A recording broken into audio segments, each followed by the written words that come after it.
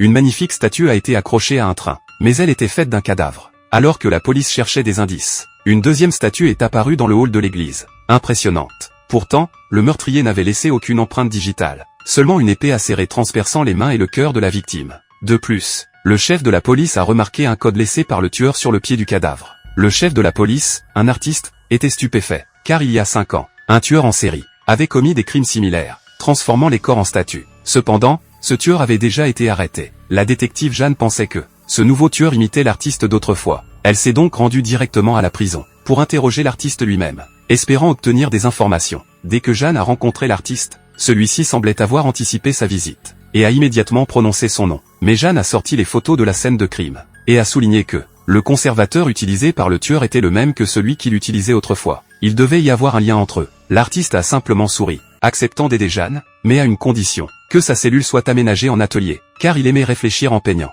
Jeanne a accepté sa demande. Très vite, l'artiste a découvert un indice, et a immédiatement appelé Jeanne. Effectivement, Jeanne a trouvé un pinceau à vernis à ongles, caché parmi les plumes de l'aile de la statue. Elle savait que ce modèle de vernis à ongles n'était plus produit depuis des années. L'enquête était à nouveau dans l'impasse. Une troisième statue est apparue, recouverte de peinture noire, posée sur un petit bateau. Jeanne a découvert un indice sur les doigts du cadavre, une boussole coincée dans l'ongle. Le chef de la police a immédiatement reconnu qu'un de ses anciens collègues en possédait une similaire, mais celui-ci était décédé 5 ans auparavant. Pourtant, lorsque Jeanne a interrogé le chef de la police, il est resté silencieux. Peut-être cachait-il quelque chose. Ensuite, une œuvre d'art encore plus étrange est apparue au musée. Alors que la foule l'observait, du sang s'est mis à couler de la tête de la statue. Le chef de la police semblait habitué, mais Jeanne a examiné attentivement, et a découvert une boussole posée près des pieds. Le chef de la police a placé l'aiguille dessus, et, après quelques oscillations, elle a pointé dans une direction précise. Ils se sont regardés, perplexes. Sur le mur était accroché un tableau. Le chef de la police l'a rapidement retiré, et derrière se trouvait une inscription.